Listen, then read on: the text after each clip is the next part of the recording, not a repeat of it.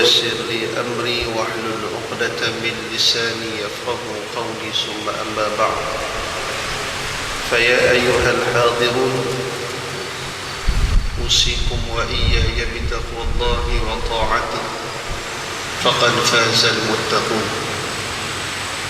Alhamdulillah, untuk pertamanya kita rafakkan setinggi syukur kita kepada Allah Subhanahu wa taala kerana pada malam yang berbahagia ini dapat sama-sama kita hadir ke dalam rumah Allah Subhanahu wa taala untuk kita menunaikan salat fardhu maghrib secara berjemaah. Dan kita bersyukur pada Allah Subhanahu wa taala pada saat ini sebelum kita masuk untuk sembahyang yang seterusnya,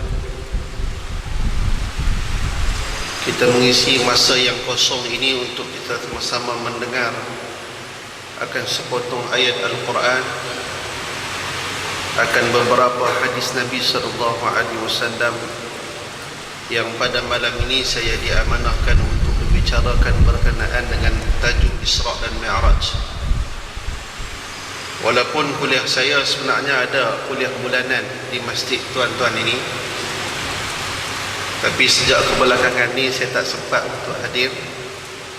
Dan pada malam ni alhamdulillah sempat untuk hadir bersama-sama dengan tuan-tuan dan puan-puan yang hadir pada malam ini untuk sama-sama kita membincangkan berkenaan dengan peristiwa Isra' dan Mi'raj. Walaupun peristiwa ini sudah pun berlalu pada 27 Rajab pada bulan lepas, dan kini kita berada pada bulan Sya'ban yang sepatutnya kita membicarakan berkenaan dengan istiqbal Ramadan, persiapan untuk kita menanti masuk ke dalam bulan Ramadan. Namun tidak ada salahnya kalau kita mengambil istifadah, mengambil peluang yang ada ini untuk sama-sama kita menghayati satu peristiwa yang agung yang Allah Subhanahu wa taala jadikan peristiwa ini kepada hamba-Nya yang paling mulia, iaitulah baginda Nabi sallallahu alaihi wa alihi wa sahbihi wa baraka wa sallam. Dengan peristiwa Isra' dan Mi'raj ini berlaku pada tahun ke-12 kenabian Rasulullah. Berlaku pada tahun ke-12 kenabian Rasulullah sallallahu alaihi wasallam, sesudah mana dua kematian insan yang disayangi oleh baginda Nabi sallallahu alaihi wasallam. Ni ada dua mikrofon, belah ni bunyi macam lain, belah ni bunyi macam lain. Saya minta maaf kalau suara saya dengar macam lain. Saya kena pusing-pusing merata tu lah. Kalau duduk macam ni saja, saya pun boring juga mengajar. Tak apalah, dah ada dua mikrofon yang bunyi biasa, tak apa. Yang penting tuan-tuan jangan berbeza-beza sudah. Pada tahun ke-12 Hijrah, pada tahun ke-12 kenabian Rasulullah sallallahu alaihi wasallam, Allah Subhanahu wa taala menguji baginda Nabi sallallahu alaihi wasallam dengan kematian dua insan yang menjadi penolong kepada agama Allah Subhanahu wa taala untuk menyampaikan risalah Rasulullah sallallahu alaihi wasallam. Rasa sedap ni lagi. Sagi saya pun tak sedap nak ceramah. Baik. Rasulullah sallallahu alaihi wasallam sepanjang Rasulullah sallallahu alaihi wasallam berdakwah, maka Rasulullah sallallahu alaihi wasallam banyak diberikan semangat. Rasulullah sallallahu alaihi wasallam banyak diberi pertolongan oleh dua insan ini. Yang pertama isterinya, iaitu Sayyidatina Khadijah binti Khuwailid, dan yang kedua adalah Abu Talib, yang setengah pandangan para alim ulama menyatakan beliau tidak sempat memeluk Islam. Namun ada pandangan yang kedua yang pada beliau sendiri mengiktiraf bahawa perjuangan baginda Nabi sallallahu alaihi wasallam dengan menyatakan bahawa dia masuk dalam Islam. Namun kita serah pada Allah Subhanahu wa taala, kerana iman ini siapa-siapa pun tak boleh ukur melainkan Allah Subhanahu wa taala dan Rasulnya. Sebab iman ini ukurannya pada hati. iaitulah tasdiqun bil qalbi bima jaa bihi Nabi sallallahu alaihi wasallam kana min ad-din bid-darurah, iaitulah membenarkan dengan hati, walaupun pada zahirnya, walaupun pada ucapan syahadahnya tidak diucapkan, tetapi hati mengiyakan bahawa dia beriman kepada Allah Subhanahu wa taala, di sisi Allah sudah sah imannya. Nah, seperti mana imannya Najasyi yang berada di Habsyah, seorang pembesar, seorang raja, maka dia memeluk Islam, tetapi dalam keadaan rakyatnya tidak mengetahui bahawa dia memeluk Islam. Apabila meninggal seseorang ini, namanya namanya Najasyi ini, seorang raja di Habsyah, maka Rasulullah sallallahu alaihi wasallam bangun dan memerintahkan sahabat-sahabatnya yang lain untuk sembahyang jenazah ghaib kepada Najasyi ini, menunjukkan bahawa Najasyi Islam, tetapi dia tidak menzahirkan Islamnya. Dalam isu Abu Talib ini, maka kita serah kepada Allah Subhanahu wa taala. Namun tidak dinafikan, dalam keadaan masyarakat Arab tidak menerima Rasulullah sallallahu alaihi wasallam pada waktu itu, di kalangan bapa saudaranya, di antara bapa saudara Nabi sallallahu alaihi wasallam, Abu Jahal dan dibantu dengan Abu Lahab, tidak terima perjuangan yang dibawa oleh baginda Nabi sallallahu alaihi wasallam. Tapi ada bapa saudara yang tolong Nabi sallallahu alaihi wasallam, bagi duit, bagi laluan, bagi ruang kepada Nabi sallallahu alaihi wasallam untuk bantu perjuangan dan menyebarkan risalah. Bermula tahun yang keempat kenabian Rasulullah sallallahu alaihi wasallam diminta untuk menyampaikan risalah secara terang-terangan, diminta untuk sampaikan apa yang telah diturunkan oleh Allah Subhanahu wa taala secara terang-terangan, yang menyebabkan masyarakat Arab ketika itu yang hidup dalam keadaan menjadi makanan minuman mereka makanan yang haram, yang menjadi rutin harian mereka ini adalah minum minuman arak, yang mereka ini kalau nak berkahwin mereka akan berzina dahulu dengan perempuan. Mana-mana perempuan, kalau zaman dahulu, zaman jahiliah, kalau nak kahwin, yang si perempuan tadi itu perlu dizina ataupun perlu berzina dengan beberapa orang lelaki. Ramai lelaki akan berzina dengan seorang perempuan saja. Lepas 9 bulan dapat anak tu keluar, tengok anak tu ikut muka ayahnya sebelah mana, maka sah suami itu akan jadi pada isteri tadi. Maka barulah berlangsung perkahwinan, barulah panggil mai kenori, baru pukul kompang dan seumpamanya. Nah, selagi mana tak mengandung, maka selama itulah tak sah perkahwinan. Masya-Allah, ini salah satu bentuk perkahwinan yang ada pada zaman jahiliah dahulu. Susah Nabi SAW yang nak bangunkan Islam, nak bangunkan masyarakat Islam pada waktu itu, yang dalam keadaan sudah ratusan tahun sudah tidak menerima Rasul, setelah mana Allah Ta'ala mengangkat Nabi Isa alaihissalam ke langit. Dan sebab itulah fitnah zaman itu, zaman fatrah.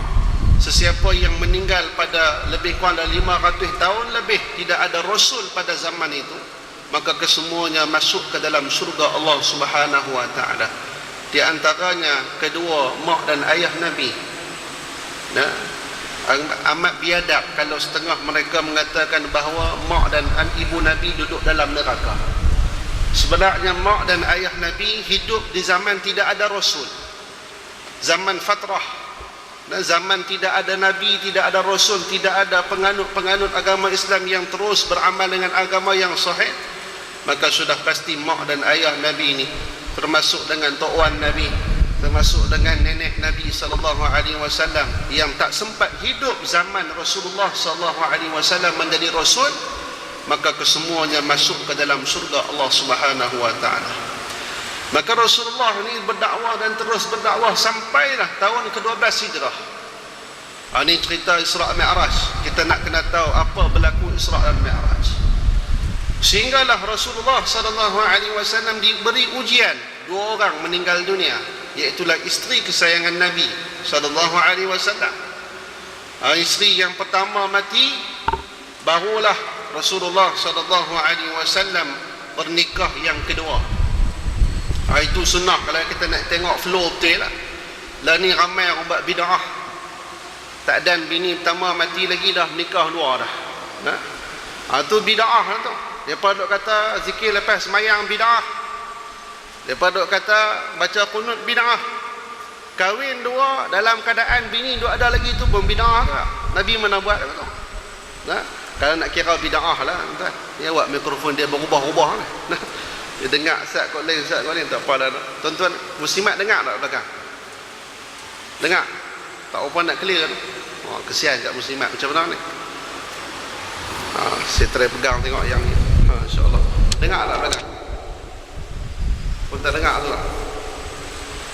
Dengar? Yang mana dengar? Ni dengar?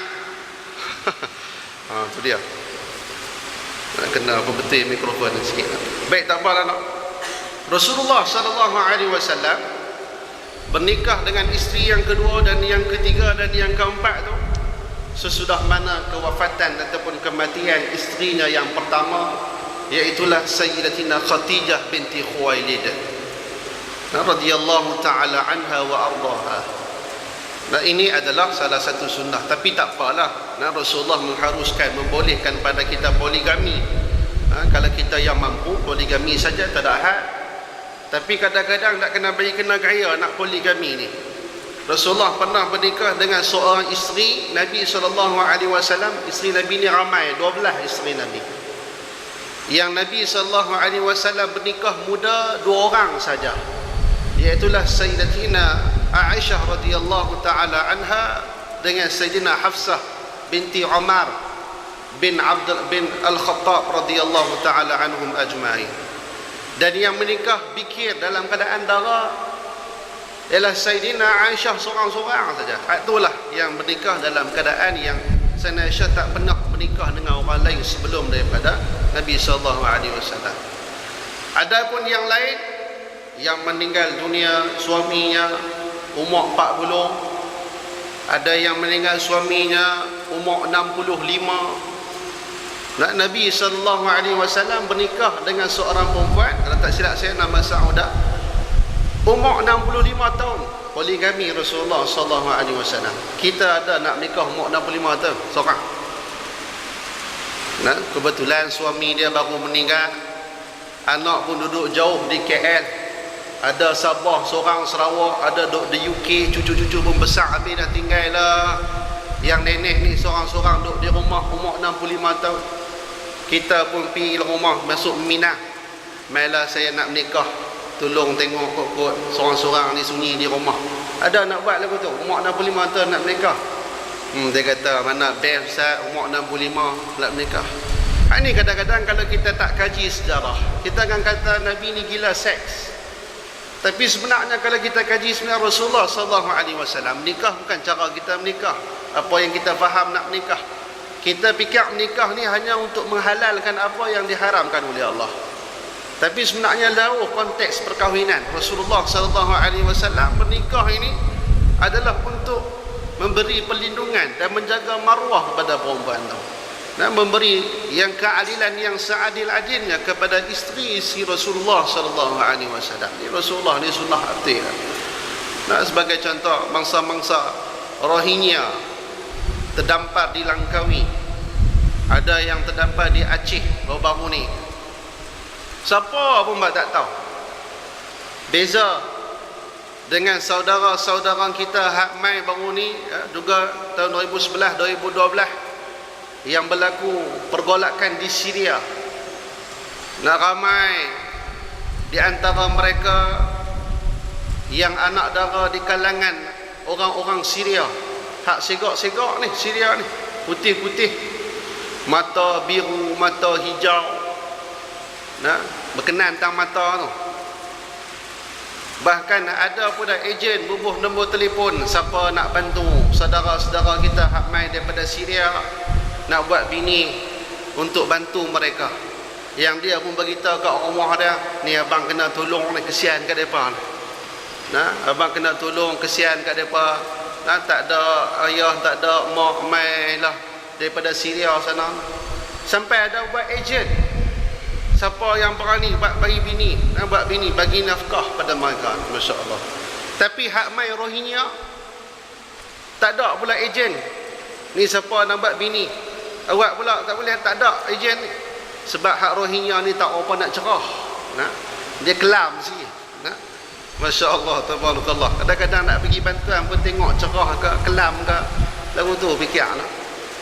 Tengok-tengok Turki hantar mai kapal angkut semua mangsa-mangsa Rohingya, angkut pergi negeri dia apa. Masya-Allah, tabarakallah, hebat. Nah, ni Turki ni ambil semua rakyat-rakyat Rohingya yang terdampar, yang mereka dibunuh, mereka dibuang negeri, mereka dibakar rumah mereka, bawa pergi negeri Turki. Masya-Allah, ini adalah kekuatan ukhuwah Islamiah yang ada. Tapi sayanglah Allah Ta'ala nak buka bagi pahala pada kita. Duduk di Malaysia ni tapi tak ada suara yang menyatakan kena bantu sesama Islam. Inilah hakikat umat akhir zaman. Kalau kita nak fikirkan betul-betul, seolah-olah ada halangan di antara kita memikirkan masalah diplomat, masalah kenegaraan, kita tidak ada hubungan rasmi. Padahal cukuplah dengan kalimah tauhid yang menyatukan kita semua, dengan menyatukan umat Islam, dengan kita faham bahawa dia adalah tanggungjawab kita. Kalaulah kita tak bantu dia, apa perasaan kita kalau satu hari nanti kita pun diuji benda yang sama, kemudian kita minta bantuan daripada negara Islam yang lain, tiba-tiba mereka buat tak tahu pada kita.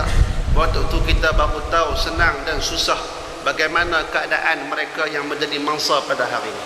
Muslimin yang dirahmati oleh Allah Subhanahu wa taala, tak apa kita tinggal masalah. Masalahnya Rasulullah sallallahu alaihi wasallam pada tahun tu sedih, sehingga akan digelarkan Amul Huzni, iaitu tahun kesedihan Rasulullah sallallahu alaihi wasallam. Maka pada tahun itulah Allah Subhanahu wa taala nak memberikan kehiburan kepada Rasulullah dengan nak dibawa berjalan daripada Baitullah Al-Haram ke Masjidil Aqsa, dan kemudian diangkat ke langit dan bertemu dengan Allah Subhanahu wa taala. Yang kita boleh ringkaskan kisah kita pada malam ini dengan surah Al-Isra ayat yang pertama, yang Allah Subhanahu wa taala sebutkan, a'udzubillahi minasyaitonir rajim, bismillahirrahmanirrahim, subhanalladzi asra bi'abdihi lailan minal masjidil haram ilal masjidil aqsa alladzi barakna hawlahu linuriyahu min ayatina innahu huwas samiul basir. Sadaqallahul azim. Itu adalah ayat yang kita boleh ambil pedoman. Maha suci Allah Subhanahu wa taala. Sebab apa Allah Taala sebut maha suci Allah? Sebab Allah Ta'ala nak menafikan bahawa Allah Ta'ala tak sama macam manusia yang lain. Ramai dalam masalah Isra' Mi'raj ni kita kata Allah Ta'ala bertempat, Allah Ta'ala duduk di langit yang ketujuh, Allah Ta'ala duduk berhampiran dengan Baitul Ma'mur, tempat bersandarnya Nabi Ibrahim alaihi salam. Ramai yang menyatakan bahawa begitu, tetapi hakikatnya Allah Ta'ala bukan berada di atas, bahkan Allah Ta'ala bukan juga berada di bawah. Allah Ta'ala juga bukan ada di mana-mana. Ini jawapan kena pasti. Ada satu kitab dia sebut Aina Allah, di mana Allah. Persoalan tu tak kena. Sebab di mana, ke mana, awak kat mana, tu Taufik Batisa. Hak tu bukan nisbah kepada Allah. Yang awak kat mana, di atas, di bawah, soalan tu hanya layak ditanya manusia dengan manusia. Tapi soalan tu tak layak ditanya kepada Allah, sebab Allah Ta'ala tak serupa dengan kita. Kalau kita mengaji sifat 20, pecahan yang kedua selepas sifat nafsiyah ataupun sifat wujud, al-wujud itu, ada perbahasan sifat salbiyah yang menafikan perkara yang tidak layak bagi zat Allah Subhanahu wa taala, iaitu mukhalafatuhu ta'ala lil hawadisi. Tak serupa Allah Ta'ala dengan benda yang makhluk. Maka kalau makhluk duduk di bawah, maka Allah Ta'ala takkan duduk di bawah. Kalau makhluk boleh naik atas kapal terbang, boleh naik sampai atas, sampai ke bulan dan seumpamanya, maka Allah Ta'ala tidak ada di atas. So Allah Ta'ala duduk di mana? Wallahu Ta'ala a'la wa a'lam. Allah Ta'ala yang mengetahui. Tu macam mana Allah Ta'ala bangkit mai Nabi Muhammad SAW sampai naik ke langit ketujuh. Itu kuasa Allah Ta'ala. Allah Ta'ala nafi siap-siap, subhanalladzi maha suci Allah. Walaupun Nabi naik ke atas, tapi itu bukan bermaksud Allah Ta'ala duduk di atas. Nah, kita doa kiblat kita ke atas langit, bukan maksud Allah Ta'ala duduk di atas, tapi sebagai kita nak memohon daripada yang maha tinggi, yang maha hebat. Nak rasa rendah diri kita yang duduk di bawah, langut ke atas. Rasa rendah diri kita kepada Allah Subhanahu wa Ta'ala, tapi jangan kita i'tiqad Allah Ta'ala duduk di atas. Sebab itulah di antara perbincangan di antara Isra' dan Mi'raj, antara dua, kafir ataupun mukmin. Nah, orang tu boleh jadi kafir ataupun mukmin. Sampai sekarang ada yang bincang baik Isra' Mi'raj kata Allah Ta'ala duduk di atas. Tak betul. Allah Ta'ala bukan duduk di atas, duduk di bawah, turun mai langit dunia dan seumpamanya. Ataupun kita jawab, mana Allah? Allah Ta'ala di mana-mana. Tak betul. Sebab apa? Tak ada kaitan pun Allah Ta'ala duduk di mana-mana. Sebab apa? Ini adalah akidah yang kita kena pastikan. Maha suci Allah, asra bi'abdihi, yang memperjalankan hambanya.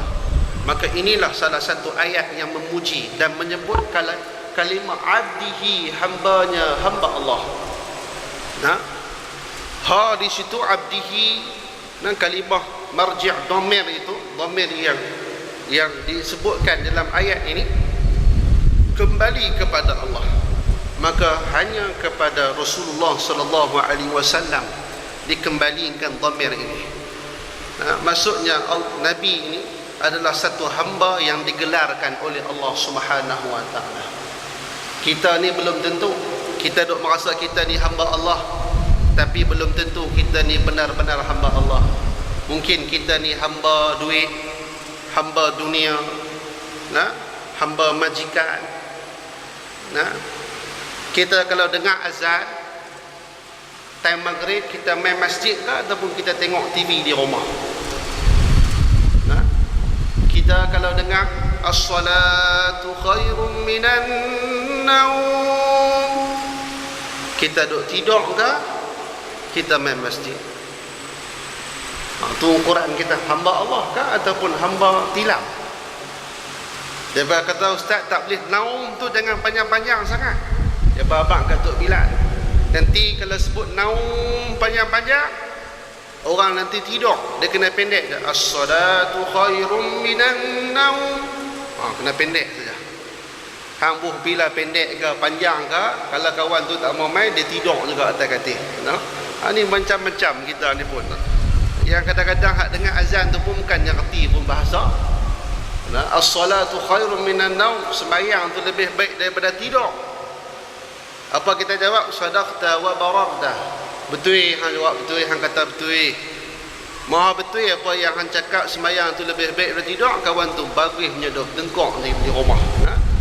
Dia tak faham, panjang pun tak apa, pendek pun tak apa. Yang penting bagi kena gaya aja. Kita azan. Maksudnya Allah Ta'ala puji Nabi kita yang menggelarkan hamba-Nya. Sebab Nabi SAW apabila disuruh melakukan sesuatu, maka baginda Nabi SAW akan mendahulukan suruhan Allah banding dengan suruhan manusia. Masya Allah. Minal masjidil haram ilal masjidil aqsa, iaitulah bermula daripada masjidil haram, tanah suci Mekah, yang mengikut riwayatnya ada di rumah Sayyidatina Khadijah. Ada mengikut riwayat yang kedua di rumah Sayyidina Ummu Hani. Kalau kita pergi Mekah hari ini, dalam Masjidil Haram ada pintu Babul Umrah. Pintu Babul Umrah, di situlah terletaknya satu ketika dahulu rumah Ummu Hani, salah seorang sepupu Nabi yang Islam pada tahun ke-8 Hijrah, dan dia tak pernah mengikut Nabi hijrah ke Madinah, Nabi SAW. Melainkan setelah mana Rasulullah patah balik mai tahun ke-8 Hijrah, barulah pada waktu itu dia masuk Islam. Dan ada pandangan yang ketiga yang disebutkan oleh Tuan Guru Haji Saleh, di bawah Pancok Mah. Bawah Pancok Mah, bukan paip lagu gitar ni, dah pancok emas yang ada di Kaabah. Kaabah ni dia kotak, dia petak. Bila dia petak ni, hujan tak turun selalu di situ. Dalam setahun adalah sekali dua kali, macam tu lah. Kadang-kadang dalam setahun tak keluar langsung pun ada tu lah. Tu yang setengah kata tahun lepas lah. Tahun lepas ada orang duk kata ni kita ni kemarau 3-4 bulan ni. Kemarau 3-4 bulan ni tanda tahun pertama Dajjal nak turun. Masya Allah, tabarakallah. Jangan cakap macam tu nak. Kita ni adik-beradik Dajjal ke apa? Tahu bila Dajjal nak keluar? Kita tak tahu Dajjal nak keluar bila. Jangan kita duk berasa kita menafsirkan bab-bab akhir zaman ni seolah macam kita tahu semua. Kita dibimbangi, termasuk dalam satu hadis, man kazaba alayya muta'ammidan falyatabawwa maq'adahu minan nar. Barang siapa yang menipu dan mendusta ke atas aku, yang benda tu aku tak sebut pun, tak tahu pun benda tu betul tak betul, dibimbangi dia ni tempat yang paling layak adalah dalam neraka Allah Subhanahu wa taala. Apa nak kita nak kata pada Mekah Al-Mukarramah yang tak pernah turun hujan? Kita di Malaysia memanglah setahun banyak hari dalam sebulan, seminggu ada hujan. Tapi kalau di Mekah tak pernah turun hujan. Pengalaman saya duduk di Mesir boleh bilang dengan jari berapa kali hujan. Tu nak kira macam mana? Maksudnya musim kemarau ini tak mampu nak diukur. Tak mampu nak diukur. Macam mana kemarau yang dimaksudkan? Dan bilakah Dajjal akan turun? Itu bukan kerja kita nak fikir, tapi kita kena buat persiapan untuk bertemu dengan mati. Itu paling hampir, kiamat yang paling hampir dengan kita. Muslimin yang dirahmati oleh Allah. Yang Kaabah ni dia ada petak. Bila petak tu, dalam petak tu yang di atas dia ada macam ada laluan air. Bila hujan turun tak mau bagi air bertakung, dia buat satu lubang dan diturunkan padanya ada macam pancong. Habuan air tu turun tak mau bagi bertakung atas di bumbung Kaabah. Maka di situ masya-Allah, kalau hujan orang pergi tadah bala atas tu dan ambil barakah. Boleh tak boleh ustaz? Dia kata bid'ah kan. Ni geng-geng ahlul bid'ah. Tak apa, sekali kita tengok bid'ah tak bid'ah. Ada perbuatan Nabi SAW yang mengambil tabarruk dengan tempat-tempat.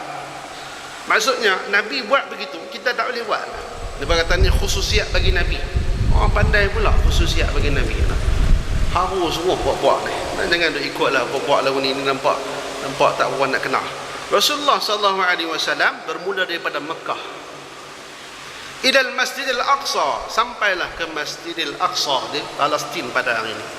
Alladhi barakna haulahu, ya Allah Ta'ala memberkati di antaranya. Maka termasuk jugalah dalam perjalanan itu Rasulullah SAW pernah berhenti di Madinah Al-Munawwarah. Maksudnya haulahu yang diberkati sekitarnya di antara Mekah dan Baitul Maqdis, di tengah-tengahnya ada Madinah. Di sana ada Mesir yang Rasulullah singgah juga di Bukit Tursina. Maka di situ Allah Ta'ala berkat semua tempat-tempat Nabi-Nabi Allah dahulu dilahirkan di sana, yang menjadi satu bukti kekuasaan Allah Subhanahu wa Ta'ala. Muslimin yang dirahmati oleh Allah.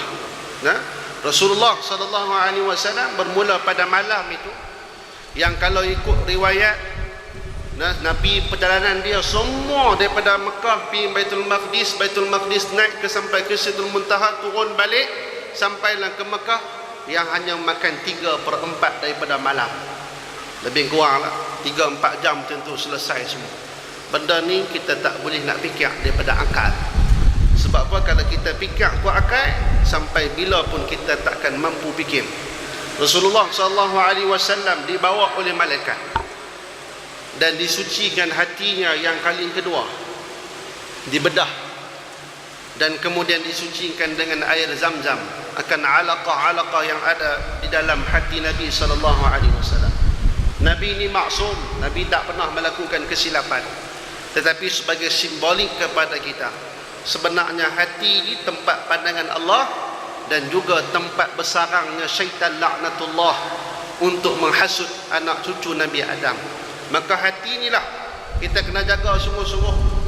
Kita kena sucikan hati kita, yang mana kalau dia susah nak dengar kuliah, yang mana kalau dia ni susah nak semayang waktu awal, dia rasa cepat cemuih melakukan amal, dia rasa bosan, dia rasa tak seronok, tak gembira melakukan ibadah, tidak ada rasa kemanisan, maka hati dia di dalam keadaan yang kotor. Saya pesan pada diri saya juga, sebab kita ni bukan ahli ibadah. Kita ni bukan ahli ibadah. Kita ni ahli cakap pandai, memang cakap pandai kita, tapi ahli ibadah tak pandai. Berapa ramai di kalangan kita yang menjadikan malam harinya untuk beribadah kepada Allah, yang boleh bangun sebelum masuknya waktu subuh dan dia sembahyang subuh secara berjamaah. Dan Masya Allah, inilah satu rutin harian yang berlaku di kalangan hamba-hamba mereka, hamba-hamba Allah Ta'ala yang hatinya bersih. Jadi kita kena jaga hati kita. Bukan lagu nak buat macam Nabi pergi cuci dengan air Zam-Zam, lagu duk minum air Zam-Zam 5 kilo, 10 kilo, orang kata kilo ke liter, 10 liter, 20 liter. Lagu nak cuci hati, hang minum pilah. Macam mana pun Abu Lahab, Abu Jahal dulu pun duk minum air tu lah juga, tapi tak masuk Islam pun. Nak abang kata air Zam-Zam ni daripada dulu lagi duk ada, tapi bukan dengan asbab air Zam-Zam tu. Asbabnya ialah air keimanan, air sifat taubat kita yang ada dalam hati kita ini, itu yang mampu menjernihkan hati kita. Masya Allah. Muslimin yang dirahmati oleh Allah, Nabi dibawa naik satu kenderaan rasmi bagi sekalian Rasul, iaitulah Burak. Burak ni kecil sikit daripada kuda, besar sikit daripada kaldai. Tu saiz dia. Dan kemudian dia sejenis binatang yang ditunggangi oleh setiap Rasul saja. Siapa nama Rasul, layak naik Burak. Tu kenderaan rasmi. Macam menteri-menteri kita lah, dia pada kenderaan rasmi. Kereta BMW, kereta perdana, kereta Mercedes, ni semua kereta-kereta menteri-menteri. Nabi pun ada kereta dia sendiri, Cak Burak.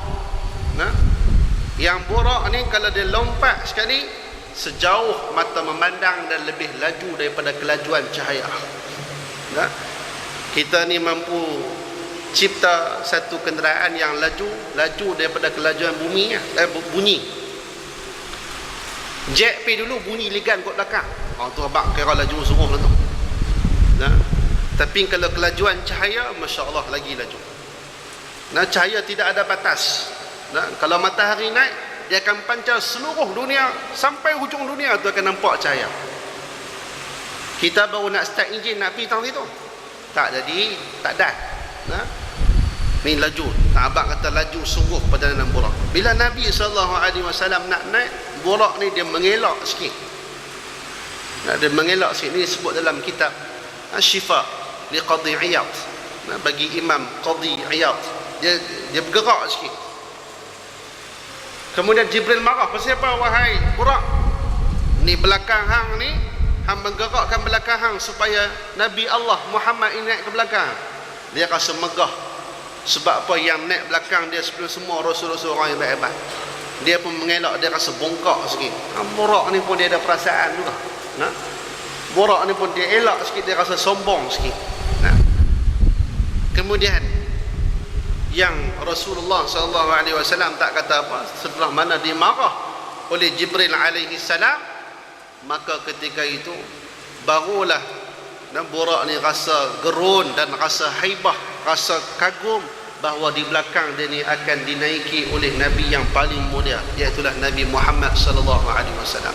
Naiklah mereka, ditemani oleh Jibril dan ditemani sebelahnya Israfil untuk pergi, dibawa berjalan dalam keadaan Rasulullah SAW menghadapi kesedihan. Hikmah yang kita boleh ambil ni apa dia?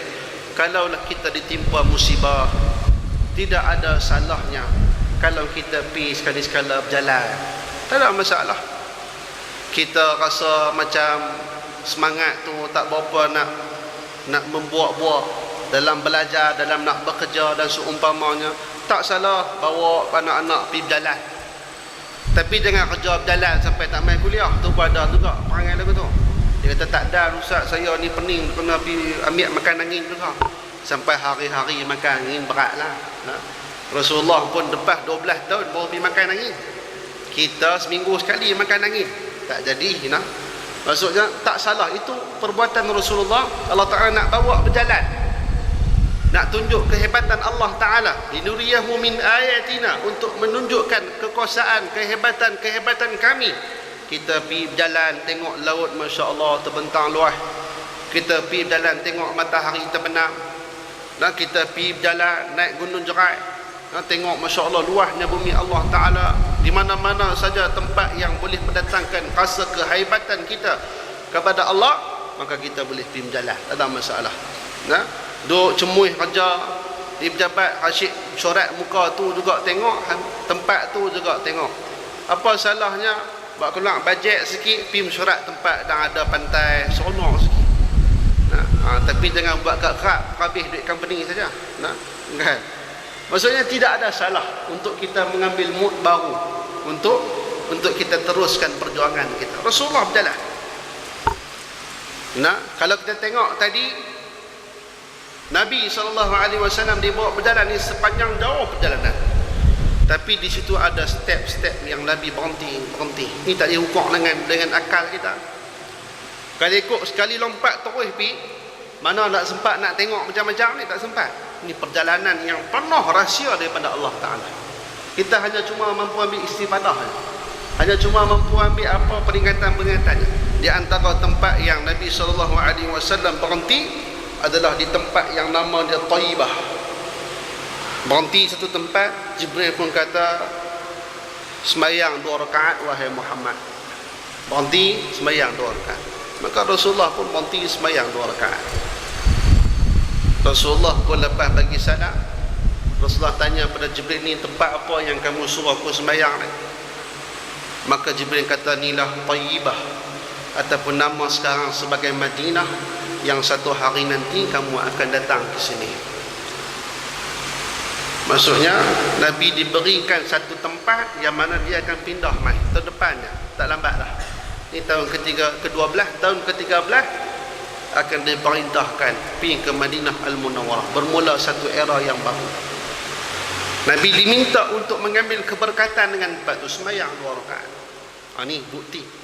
Bahkan zaman Sayyidina Umar bin Abdul Aziz, setiap mana tempat yang menjadi checkpoint kepada Rasulullah berhenti di situ, maka di situ akan dibina kubah oleh Sayyidina Umar bin Abdul Aziz. Untuk kita tahu sejarah Nabi kita dulu berhenti tang sini. Nabi kita masa mai laluan daripada Madinah nak pergi buka kota Mekah, dia lalu kok mana, dia berhenti tang mana, nak masuk pintu mana, semua ditanda oleh Sayyidina Umar bin Abdul Aziz. Dan tempat tu pastinya ada barakah. Tapi main zaman lah ni, Saudi pegang habis semua, lingkup, tak ada apa dah. Kalau pergi lah ni, tak ada apa hak tinggal, melainkan kita boleh tengok saja Kaabah. Nah, tak ada dah tempat kesan-kesan sejarah yang dahulunya. Nah, menurut pandangan mereka ini khurafat, tak boleh. Khurafat pula peninggalan Rasulullah. Tapi peninggalan Utsaimin, peninggalan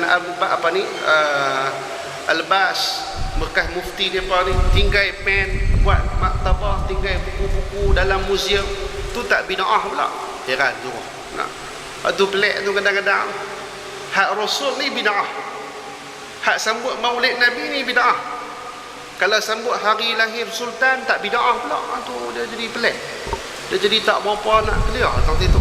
Sambut pesti anak tak apa. Dia sambut Nabi jadi bid'ah. Kita pun lagu heran, siapa lah? Padahal Nabi ni bukan kita nak sambut sangat pun, cuma kita nak bagi ingat bahawa masyarakat kita hari ini, bahawa 12 hari bulan Rabiul Awal tahun kelahiran Nabi SAW. Salah tak salah. Kalau saya tanya hari ini boleh jawab tak bila Nabi SAW meninggal?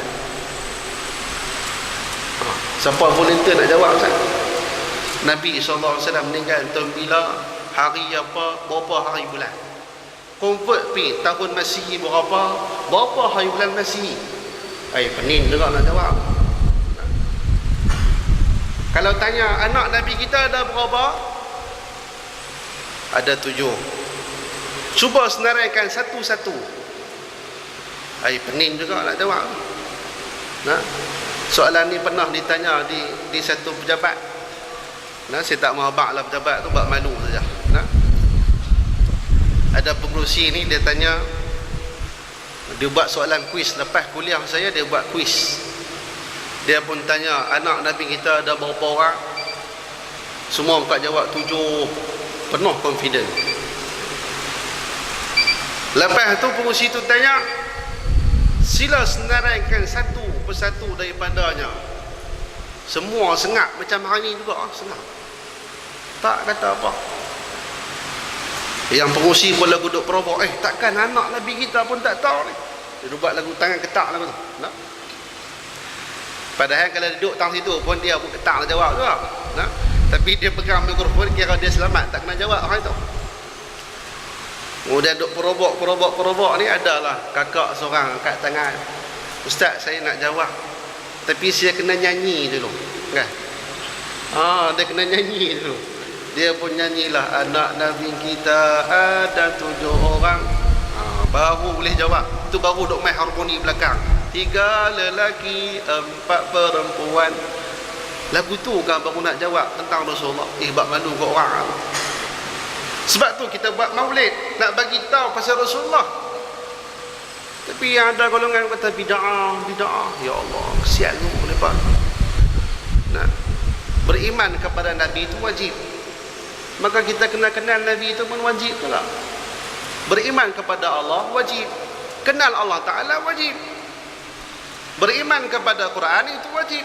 Faham Quran itu wajib. Beramal dengan Quran itu lagi wajib. Nampak? Ni kenal nama saja. Tu yang ada orang Islam hari ni boleh tolak hukum Allah Ta'ala. Sebab apa? Hanya pada kenal, tapi tak beramal dengan apa yang dibawa datang oleh Nabi SAW. Tapi dia ni pandai sungguh. Nah, depa jadi ahli fatwa. Nah, membida'ahkan itu, membida'ahkan ini. Dia buat keluar hadis-hadis yang entah mana datang, tak tahu hadis tu. Nah, ada satu hadis apa yang khabarkan kepada semua manusia dengan satu syawal pada yang khabarkan masuknya satu Sya'ban akan dimasukkan dalam surga Allah dan dijauhkan daripada neraka Allah. Masya Allah, tu hadis kan tu. Dia lagu duk pi WhatsApp orang. Nah, kita ni jangan duk cepat-cepat tangan. Nah, bila sebut nama sabda Rasulullah, belum tentu tu sabda Rasul. Kita ni jadi orang Islam yang benar. In ja'akum fasiqun binaba'in fatabayyanu.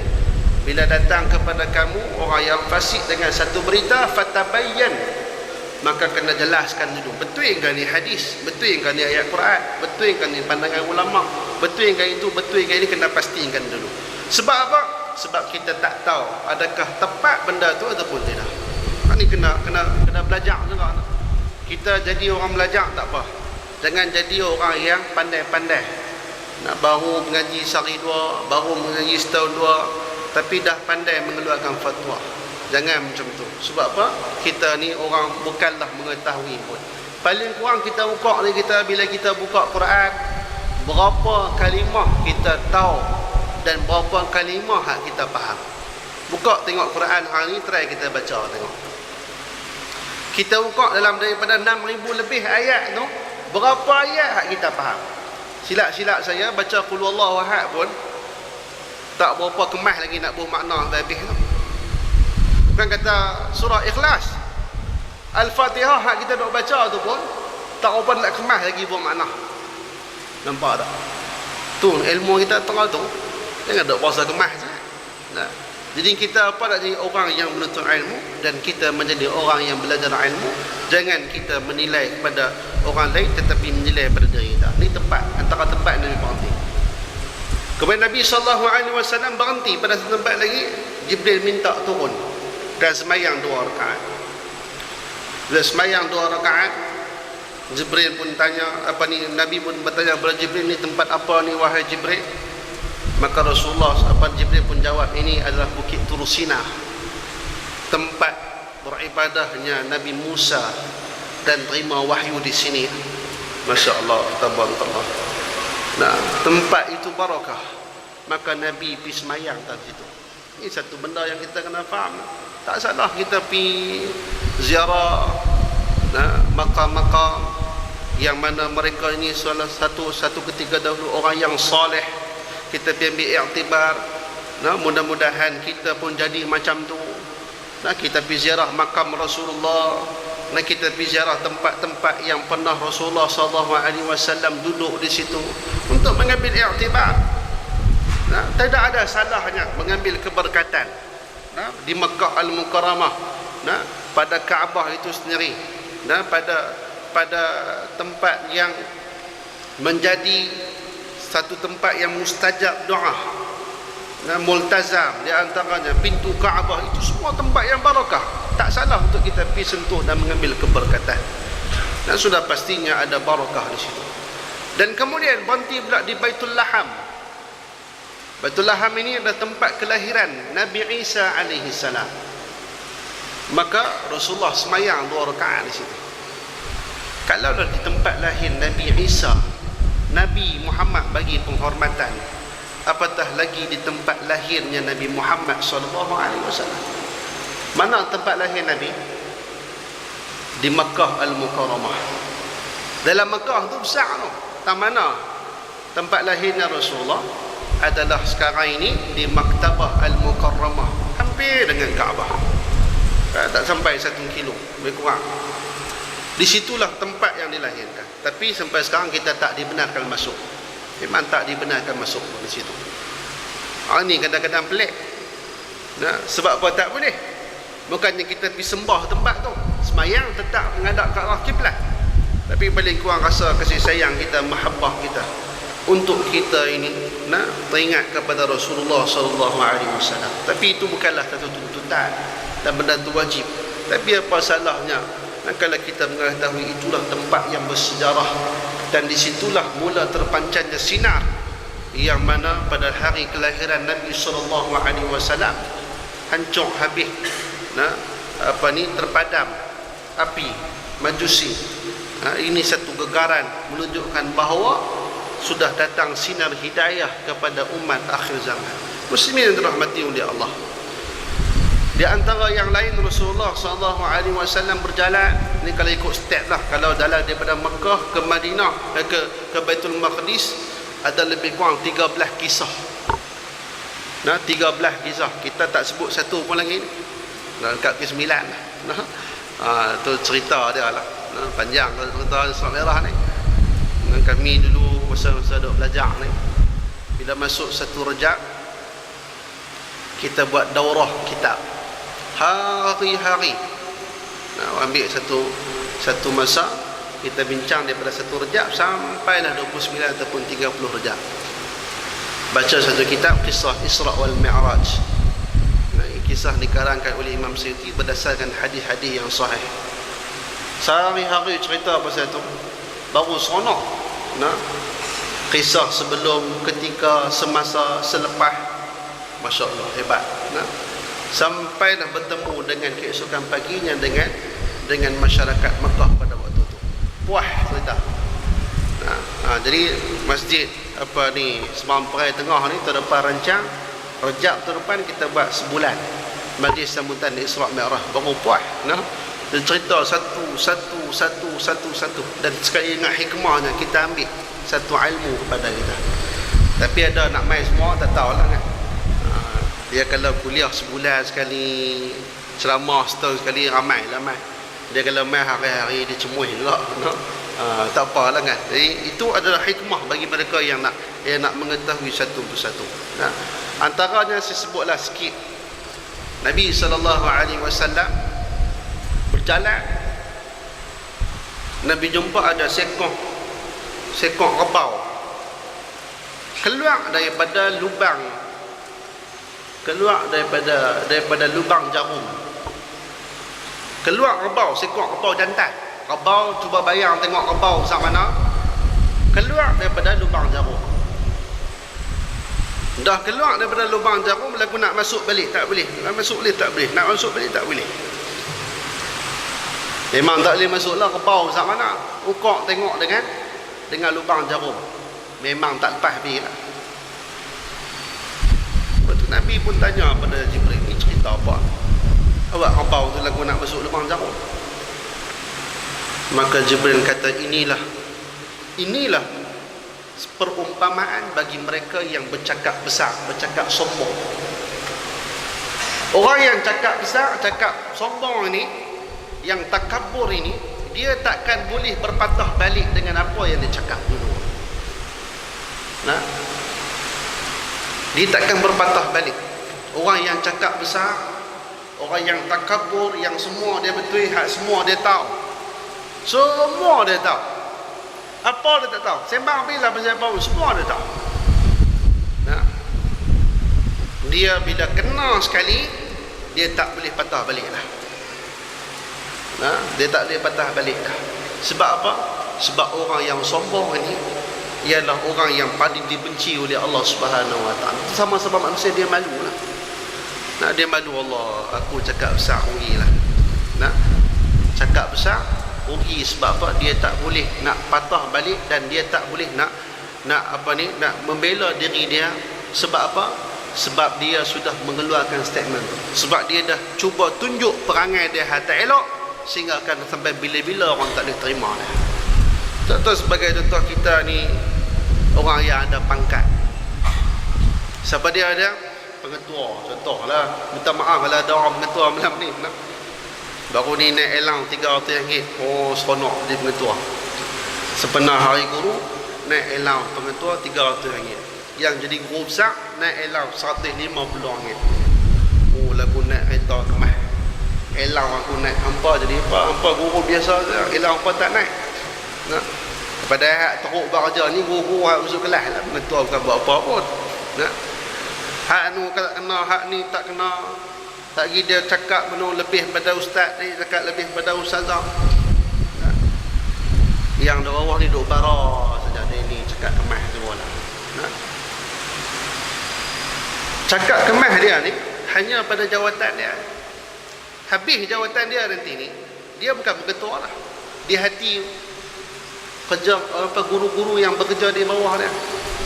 Hari ni dia paskat yang last, esok pencen dah, esok dah tak boleh main. Dia paskat tu lagu orang duk pergi tepuk tepi dah, tepuk tangan, bagus dah, orang tua ni tak main dah esok. Nah, bagus orang tua ni tak main dah esok. Kira orang tak respect dia. Rugi kita kalau orang respect kita kerana jawatan. Rugi kita kalau orang sanjung kita kerana dia ni boleh beri sesuatu pada kita. Rugi kalau orang yang bersahabat kita macam tu. Tapi kita nak orang yang bersahabat kita ni di atas akhlak kita sampai bila-bila. Pernah berlaku Abu Sufyan, yang ketika mana dia sudah masuk Islam, dia pula jadi satu wakil kepada Rasulullah SAW nak bertemu dengan Herakle. Herakle ni Hercules, zaman kita ni Hercules lah, tapi nama dia Herakle. Yang Herakle ni bukan pahaman macam kita dok faham, yang dok pergi tampak dinosaur tumbang pingsan apa semua dah. Dah. Hak tu Herakle, hak puak barat cuba gambarkan pada kita. Yang jenis gagah lempak batu besar daripada dia pun boleh terpelanting. Yang tu bohongnya cerita. Herakle ni satu pimpinan satu ketika dahulu yang mewakili pimpinan di sebelah Rom sana. Maka dia bercakap dengan bahasa dia, bahasa Rom. Maka yang Abu Sufyan ni cakap dengan bahasa Arab, tapi disediakan seorang mutarjim, penterjemah. Dia tak cakap orang putih waktu tu. Lah ni kita silap bila letak bahasa orang putih sebagai bahasa ilmu, salah. Tak betul itu. Cakap bahasa kita sudah lah. Cakap orang Melayu lah. Apa salah? Tapi di pentas antarabangsa kita cakap bahasa Melayu. Sonok lah. Sonok lah. Orang nak belajar bahasa kita pula, nak faham apa statement kita yang kita buat pula. Tengok macam Cina. Dia pergi mana pun dia cakap Cina. Kita pula duduk perkembang apa dia cakap ni. Jepun. Dia cakap Jepun, pergi mana pun cakap Jepun. Rusia. Ni negara besar-besar ni. Perancis. Dia pergi mana pun cakap Perancis. Kita jangan duk pergi cakap bangsa lain. Kita ada bahasa kita. Maka Rom cakap bahasa dia. Ada seorang penterjemah yang Abu Sufyan ni cakap bahasa Arab. Rasulullah ni, dia kata, apa yang ada pada Rasul kamu sehingga ramai pengikut? Ni soalan di antara soalan yang Herakle tanya. Nah, Herakle tanya, antara apakah sebab yang Rasul ini menjadi satu Rasul yang hebat, sehingga kan di kalangan mereka yang masuk ni makin lama makin bertambah, makin lama makin bertambah, bukan makin lama makin berkurang. Ni yang dijelaskan oleh Abu Sufyan. Abu Sufyan berkata, Masya Allah, aku pun tak pernah lihat sebelum daripada ini bahawa manusia yang mengagung-agungkan ketuanya lebih berbanding dengan manusia mengagungkan Nabi Muhammad SAW. Tak pernah aku tengok pemimpin dunia sebelum daripada ini yang rakyat dia, yang orang yang berada di bawah ketua ni mengagung-agungkan dia lebih daripada apa yang aku tengok pada Nabi Muhammad. Nabi kita kalau ambil yang semayang dulu, dia basuh muka, air menitik ni, kawan suruh tangan bawah, tangan suruh muka pula, ambil pula tapawai apa ke apa, bubuh nak air tak perlu pergi menitik tangan bawah, nak ambil barakah dengan Rasulullah. Basuh tangan, basuh kaki, apa semua pada ni, air tak cecah langsung ke tanah. Ni yang diceritakan dalam hadis, hebat semua. Kita pergi tengok raja mana orang buat lagu tu, tambah tang basuh kaki, lagi tak gamak nak ambil. Tapi yang gamaknya pergi ambil kaki, basuhan kaki ayah pen tu yang heran lah. No? Ayah pen dia boleh buat lah. Tak tahu lah tu mungkin syaitan punya hasutan ke, wallahualam. Tu Nabi kita, Nabi Muhammad SAW. Kemudian Herakles tanya, siapa yang berada di sekeliling Nabi? Adakah orang kaya-kaya, pembesar-pembesar yang singgah ke pengaruh dia ni hebat? Kata Rasulullah SAW. Dia kata apa ni, Abu Sufyan yang menjadi wakil Rasulullah, yang menjadi pengikut dia bukan orang kaya, semua kebanyakannya orang miskin. Kita nak kawan, pilih orang kawan yang boleh bagi something pada kita. Nak kawan datuk-datuk ni, DO ni, DO dia bagi tempat special main kenduri rumah dia. Hak tak berapa nak DO ni, dia ada jujur buat tak layan. Tengok-tengok DO pun bagi RM1 juga dia. Macam orang lain bagi juga, orang lain bagi RM5 nah, main kenduri. Dan kita ni pilih kawan. Rasulullah tak pilih siapa. Bahkan ada, tak nafi, ada juga orang kaya, tak nafi. Tapi Rasulullah SAW meraihkan siapa saja yang berada di sekeliling dia. Ini akhlak yang diperkenalkan oleh Rasulullah, yang disebutkan dalam kitab Syama'il. Siapa yang melihat Nabi yang kali pertama rasa Nabi ni hebat, orang yang handsome, orang yang kemas, orang yang nak dihampiri. Bila kenal Rasulullah, tak mau terpisah dengan Nabi lagi. Kalau boleh nak duduk Madinah, kalau boleh hari-hari nak tengok Nabi SAW. Kita tak, kali pertama tengok benda menyampah dah. Dia ni malaun mana amat, luat tengok muka. Kali pertama tengok benda meluat dah, kenal. Kalau boleh menjumpah, aku tak mau jumpa dah dia ni. Perangai pun teruk. Sebab apa itulah masyarakat kita Melayu kita yang bawa label Islam, yang banyak kes sebenarnya mana orang Islam, yang banyaknya menganggur mana orang Islam. Hak sembang kemas hanya di kedai kopi, orang Melayu Islam tak. Tepuk punya meja, duduk mana kedai mamak, tak jadi kan. Jangan macam tu. Maksudnya kita kena tunjuk akhlak yang elok. Rasulullah SAW antara insan yang menunjukkan satu role model yang terbaik, satu contoh yang baik kita kena ikut. Nabi SAW. Sehingga kan Herakles ni, dia sampai tertarik dengan Islam, sampai dia nak peluk Islam, sampai dia kumpulkan semua apa ni, pemimpin-pemimpinnya yang berada di bawahnya, dan bersama dengan orang pembesar-pembesar, orang kanan dan orang kiri dia, duduk dalam satu tempat yang tertutup. Dia pun nak sebarkan. Ja'ana, saya tak ingat matanan, telah datang kepada kita satu ketua yang khitan, yang sudah berkhitan. Khitan ni syariat Nabi kita, bahkan syariat yang telah bermula daripada Nabi Allah Ibrahim alaihissalam. Raja yang sudah berkhitan, yang berkhitan. Dia tertarik dengannya dan tak mengumum masuk Islam. Bila dia umum lagu tu, semua pembesar-pembesar ni riuh dalam satu dewan tu, dewan parlimen lah pada waktu tu. Semua tepuk meja, tak setuju. Sehingga kan Herakles rasa kalau dia perlu Islam, jawatan dia akan tergugat. Maka dia menyembunyikan hasrat dia, nak membatalkan hasrat dia untuk masuk Islam. Masya Allah. Maka tak sempat masuk Islam Herakles. Kalau tidak, Herakla zaman lah ni cerita lah duduk pakai kopiah pula. Nah, zaman lah kalau cerita Herakla dulu masuk Islam, nah, tapi tak masuk Islam. Boleh kat depa lah, buat barat. Lu buat cerita macam-macam. Jadi masya-Allah, sebab apa tertarik? Sebab apa pemimpin dunia besar pada waktu itu boleh tertarik dengan Islam? Sebab pendekatan akhlak yang diperkenalkan oleh Nabi SAW. Jangan kita sombong dengan apa yang diberikan kepada kita. Macam peristiwa tadi, Rabau yang keluar daripada lubang jarum, nak masuk balik dalam tu memang tak boleh masuk dah.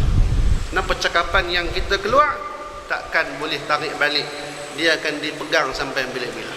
Memang mohon maaf tu boleh, tapi telajak kata ni memang susah nak patah balik.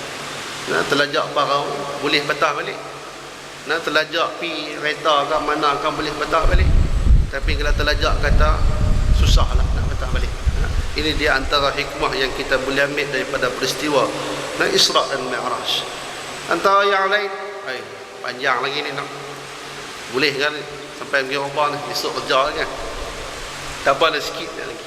Di antara yang lain, Rasulullah SAW bertemu dengan Nabi Allah Ibrahim AS.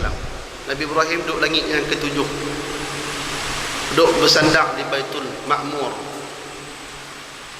Kemudian bertemu dengan Nabi Allah Ibrahim. Nabi kita kata muka Nabi Ibrahim ni macam sahabat kamu. Nah, ni Nabi cerita, muka Nabi Ibrahim ni macam sahabat kamu. Siapa yang Nabi kata? Dia. Nah, Nabi mengiktiraf yang depan ini semua sahabat-sahabat dah. Nabi kata aku jumpa Nabi Ibrahim. Nabi Ibrahim ni macam sahabat hamba. Tapi Nabi tak sebut dia. Tu cara tawaduk. Nah, dia tak cakap ulang ni. Nabi Ibrahim ni handsome. Handsome macam aku. Yang sebut aku tu yang lebih tu sebenarnya. Saya ni nak abang tuan-tuan, saya ni dia abang kat dia hari ni. Saya ni pagi-pagi memang bangun awal lah.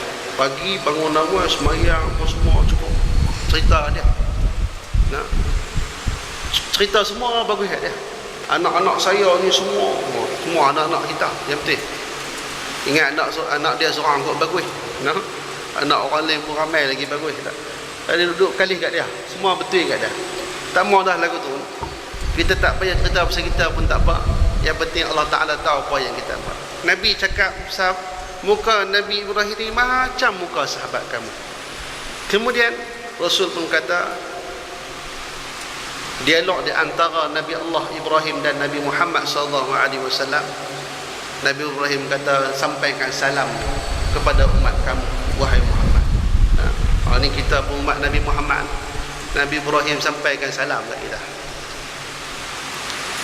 Kemudian Nabi Ibrahim kata kepada kita, mewakili pada Rasul, beritahulah kat umat kamu bahawa syurga ni cukup indah. Syurga ni cukup cantik. Nah, tanaman-tanamannya dengan tanah-tanahnya yang subur. Nah, air yang mengalirnya sedap-sedap. Ceritalah pada mereka. Nah, kita kena tahu bahawa syurga ni masya-Allah cukup indah. Kalau kita rasa selesa di rumah kita rasa hebat kalau pernah mendiami ataupun duduk bermalam-malam di hotel 5 bintang kan. Kita duk rasa tu dah seronok, dah indah, dah selesa. Sebenarnya syurga lagi indah dan lagi selesa dan lagi seronok. Nah, kemudian kata Nabi Allah Ibrahim, tanamlah tanaman syurga. Minta, nah, umat-umat kamu ini tanam tanaman syurga. Bermula daripada sekarang supaya mereka boleh mendiaminya di dalam syurga nanti. Maka apa yang disebutkan oleh Nabi Allah Ibrahim, dia kata dengan kalimah sebut la haula wala quwwata illa billahil aliyyil azim, ataupun la haula wala quwwata illa billah, maka tumbuh satu pohon syurga untuk kita satu hari ini. Dalam satu riwayat yang lain disebutkan subhanallah walhamdulillah wala ilaha illallah wallahu akbar wala haula wala quwata illa billah, tumbuh satu pohon syurga. Dan kedua-dua riwayat ini yang saya sebutkan tadi, insya-Allah sebilangan besar yang hadir pada malam ni semua hafal. Betul tak? Siapa tak hafal angkat tangan? Tak berani dah nak angkat. Takkan la haula wala quwata illa billah pun tak hafal. Semua pakai hafal. Maka bila kita sebut satu, tumbuh satu pohon syurga. Kalau kita sebut 10 pohon syurga. Kalau kita sebut 100 pohon syurga. Kalau sebut 1000 sehari, 1000 pohon syurga tumbuh di tempat kita.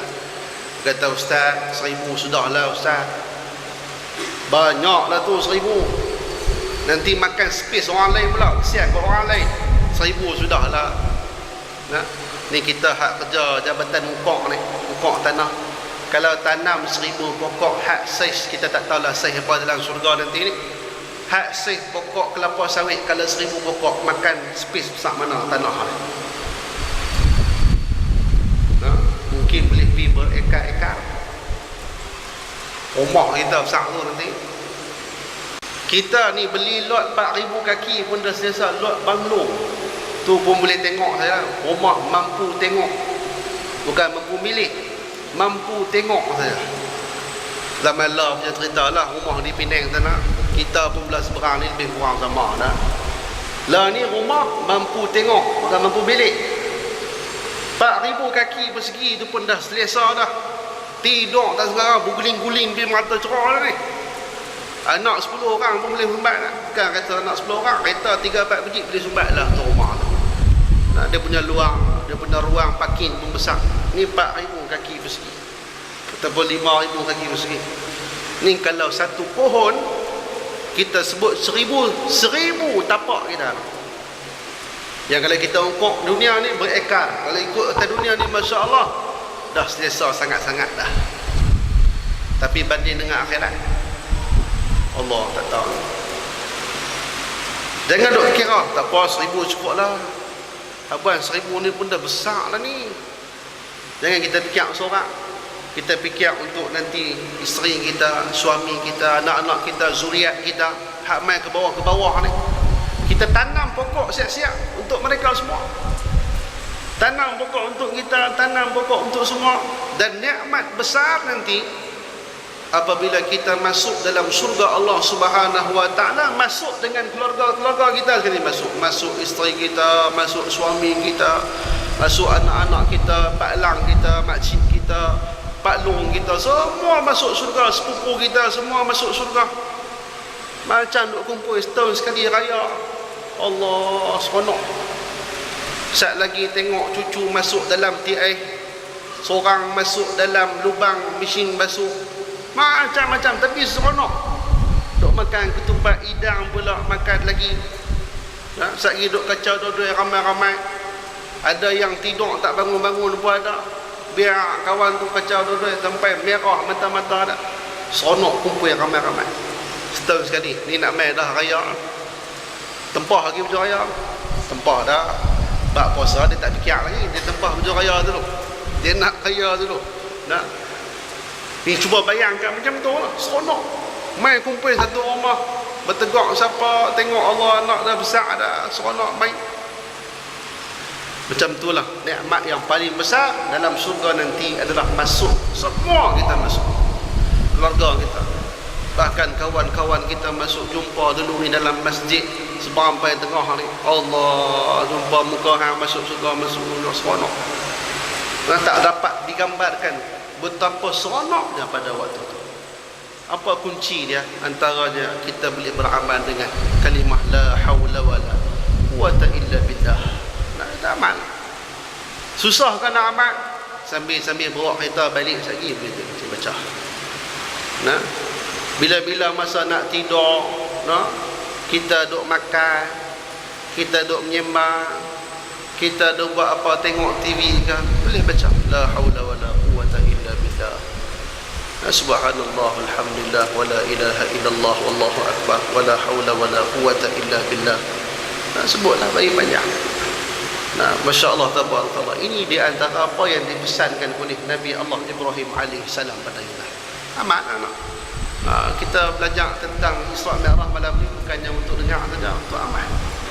Dan seterusnya berjumpa dengan Allah Subhanahu wa taala, mengambil ibadah sembahyang, dan salah satu ibadah yang diambil secara live daripada Allah ialah ibadah sembahyang. Hak lain semua ada wasilah dengan Jibril alaihi salam. Sembahyang tak ada perantaraan, terus ambil dengan Allah Subhanahu wa taala. Jadi saya rasa dekat tu lah boleh cerita. Panjang lagi nak cerita, tapi duk nampak macam semangat lagi nak dengar. Tapi tak apalah, lain kali lah kita sambung lain kali, insya-Allah. Mudah-mudahan adalah sedikit keberkatan. Dan saya minta maaf juga sebelum ni tak dapat hadir. Saya kuliah sebulan sekali, gunakan kitab tafsir Jalalain, tapi main lah 2-3 kali, lepas tu tak main lah. Nampak gaya kuliah setahun sekali bah. Ada juga saya ni kuliah setahun sekali, dalam banyak-banyak ada seminggu sekali, ada sebulan sekali pun ada 2 bulan sekali pun ada tiap-tiap 31 hari bulan, hari Ahad pun ada. Kalau 31 tu hari Ahad, ada lah kuliah saya. Kalau 31 tu hari Selasa, tak ada kuliah saya. Ada juga kuliah tu. Ada kuliah satu di tempat ni, memang bagus semua tempat ni, setahun sekali. Setahun sekali. Di Kilang National Instrument, bayar lepas lah. Bila main Ramadan saja, dia bagi kuliah. Bila saya pergi kuliah kat sana, mesti bulan Ramadan punya. Ni dia pada confirm dah 2-3 bulan lepas. Saya tanya apa relevan buat bulan Ramadan saja. Dia kata kami ni waktu rehat ada. Sebelum ni rehat kami pergi makan. Ni bulan puasa tak boleh makan. Kira makan Quran, makan hadis lah. Main bagi tazkirah kami setahun sekali. Ada juga tempat lagu tu. Tapi insya-Allah di masjid kebetulan ni saya tak buat lah setahun sekali. Saya buat insya-Allah bulan-bulan. Tapi itulah masa kekangan, masa tu tak sempat. InsyaAllah kita cuba istiqamah, dan mudah-mudahan Allah Ta'ala berkati perjumpaan kita pada malam ini. InsyaAllah pada malam ni saya tak datang keserangan. Ada di antara kita ni yang bawa buku saya, bawa buku merungkai kemuskilan Ramadan. Di buku ni menghimpunkan soal jawab tentang hukum dan hakam berkaitan Ramadan sebagai persiapan kita untuk bertemu dengan Ramadan. Jadi siapa yang nak miliki, bolehlah miliki buku ni di luar sana dengan harga RM12. Tapi malam ni dia kata diskaun RM10. RM10 senang, tak payah bagi dah. Ni tak ada GST lah. Ni sekali je RM10 saja. Bukan RM10 nak ubang, RM10 sahaja. Jadi dan pembelian tuan-tuan ni insya-Allah sebagai satu sumbangan kepada pusat pengajian darah hadis yang insya-Allah kita akan bina. Di duit tuan-tuan begini kita akan bahagi sikit untuk masuk pada dana pembelian tanah dan dana pembangunan. Dan ada juga sahabat kita yang hadir pada malam ini yang bawa ubat mata. Ubat mata ni dicampurkan dengan za'faran, dan insya-Allah testimoni yang berhasil. Ramai di antara mereka yang pakai, yang berkaca mata, bulan depan Mai tak pakai kacamata lah. Tapi jangan pakai sebulan sekali macam saya juga Mai, sebulan sekali. Pakai hari-hari lah, pagi dan malam, ataupun sehari 2 kali. Dan banyak testimoninya, Mai kuliah kali minggu depan, bulan depan ni Mai tengok tak pakai kacamata lah. Ni saya jam hak mana pakai kacamata hari ni. Try beli tengok, dengan harga yang boleh pergi tanya lah, RM20. Ada yang saya tak pasti harga malam ni berapa, boleh pergi tengok. Dicampurkan dengan za'faran, maka insya-Allah satu sunnah Nabi SAW boleh pakai, tidak ada had umur, daripada yang sekecil-kecil sampailah yang paling dewasa. InsyaAllah tidak ada masalah. Dan dalam masa yang sama, bagi mereka yang ada ni, boleh ambil juga, kita bawa takwim Ramadan sebagai persiapan untuk Ramadan kita bersama. Dan semua itu adalah untuk kita ni ingat bahawa Ramadan sudah hampir tiba kepada kita. Dan kami pun Masya Allah dalam hasrat nak membina dan nak membeli sebidang tanah, sebidang tanah yang seluas 5.3 ekar di Pokok Macang, Tasik Gelugong, untuk nak bina satu pusat pengajian Darul Hadis Pulau Pinang. Harga dia 1.8 juta. 1.8 juta. Rosita Cik Wan menikah 6 juta seorang dia, okay. Ni 1.8 juta. Kita nak buat satu pusat pengajian yang bermula pendidikan daripada peringkat rendah sampai menengah dan sampai atas, dan insya-Allah akan melahirkan para alim ulama. Saya tak minta tuan-tuan 1.8 juta sebab saya tahu yang main ni bukan semua orang kaya-kaya. Kalau saya kaya pun saya tak minta kat tuan-tuan 1.8 juta. Ni ringgit Malaysia, bukan rupiah. Kalau rupiah saya pun tak apalah, beli terus. Tapi kalau RM10 yang tuan-tuan bagi pada kami itu cukup bermakna. RM10 yang tuan-tuan bagi pada kami cukup bermakna.